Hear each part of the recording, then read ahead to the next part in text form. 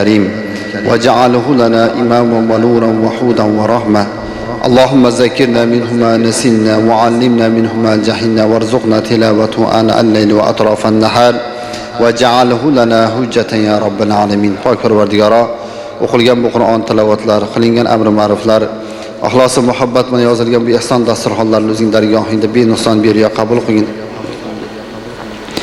O'zing rozi bo'lgan, hosil bo'lgan samarai savob monandini xonadon ahllari tomonidan avvaliy oxir o'tgan, xudo andalar tomonidan avvaliy oxir o'tgan barcha umidvorlar ruhlariga yetkazdir.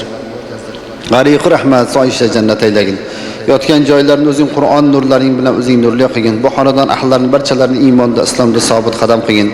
Ishlariga, kasb kamolotlariga, savdo, tijorat, hunar, dehqonchilik chorvalariga o'zing barakotlar bergin. Xonadon tepasida turgan bu hoji akamiz, hoji onamiz bilan tanchoqlarni salomat qilib, ko'p yillar farzand nabiralariga bosh bo'lib, duogo'y bo'lib yurishligini Alloh o'zing muvaffaq qilgin. Bu farzandlarni hammalarini baxtli, saodatli qilgin. Bu nikohlanib turgan farzand nabiralarning Parvardigoro umriga, rizqiga barakot bergin. Parvardigoro baxtli, saodatli hayot nasib qilgin.